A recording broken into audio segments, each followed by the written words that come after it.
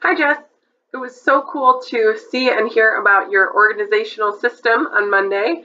And at the end of your video, you asked what Aaron and I do for organization as a married couple. And to do that, I think I'm going to need some help.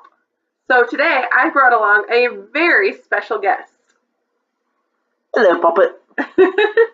So we sort of have really different strategies. He has a lot of things that he has to get done at home for work, and I don't as much, but I have a lot of things separate from work that I really want to do. So I have my bullet journal, which I showed you, and this functions as both my planner and also all of my to-do lists, which is really great for reminders, but I don't really look at it every day like you do, and it's kind of big, so I don't really take it everywhere with me. So I've taken to carrying around this little pocket calendar that I picked up, and I put events and things like that in here if I'm out and about and don't have my bullet journal with me, and then I transfer them over later. But I try to look at my bullet journal every few days just to keep up and keep it updated, and I feel like I am pretty good at remembering events most of the time. I can remember dates and things that I need to do, but of course that doesn't always work successfully. I do also sometimes write lists just for the day, like if I have a lot of time off, like today, it's a Wednesday and I have the day off work, then I'll write a big old list of things to do and cross them off as I go. And I don't always get it all done, but quite often I'll leave it out on my nightstand or somewhere where I can see it until I get everything crossed off. So Aaron, what do you do to keep yourself organized? Well, my main organizational strategy is my wall calendar, currently featuring beautiful, lovely pictures of my favorite place. One of my favorite places, England. So this April, we've got pictures of the Cotswolds in Oxfordshire, lovely countryside. So for me, if I want to make sure I do something, it goes on a calendar. I should start using a phone calendar that I actually carry with me, but this is my master list here on the wall of our bedroom. So if anything needs to get done, it goes on here, and I check this usually every morning or whenever I'm home and need to check something. And what I do otherwise is I'm a big believer in sticky notes and notes on my phone. I'll often email myself a note if I need to remember something. That's what I do if I'm out and about and need to remember to put something on the calendar to make sure I do it. I email myself a note on my phone. I also use a lot of alarms on my phone to remind me that at this time it's time to start getting ready for bed. At this time I need to do this or whatever if I need to go pick Bandy from work.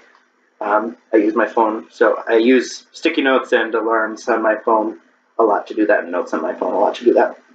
If you could see my desk at school, it is covered in sticky note lists of everything I need to do. So Andy's a big believer in lists, which we like to joke about sometimes, but really I am too.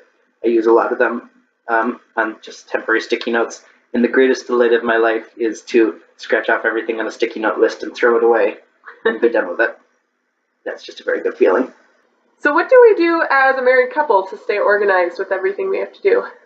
We don't really have a lot of corporate strategies for how to organize our lives. Pretty much our separate calendars are kind of where everything goes. So Andy's little take with her planner and her bullet journal and my wall calendar. Between those three, everything that we need to do individually or together goes on there, and we kind of compare notes and remind each other.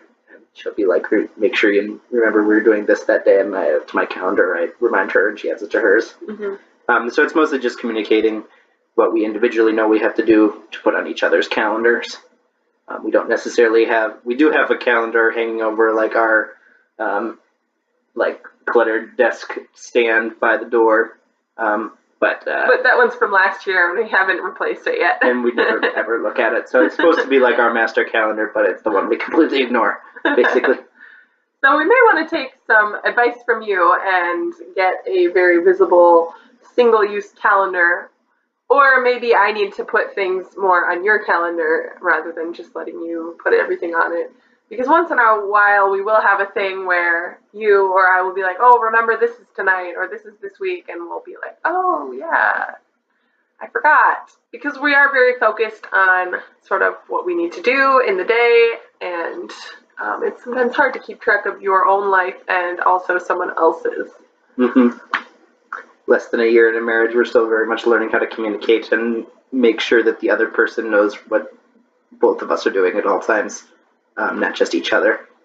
So as you can see, we each have sort of our own ways of staying organized for ourselves and getting our own stuff done, and we're still working on ways to communicate well and work together as one unit.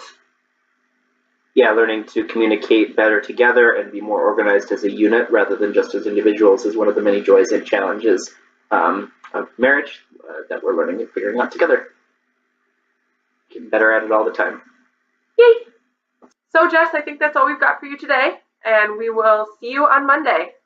We'll see you in another life, sister.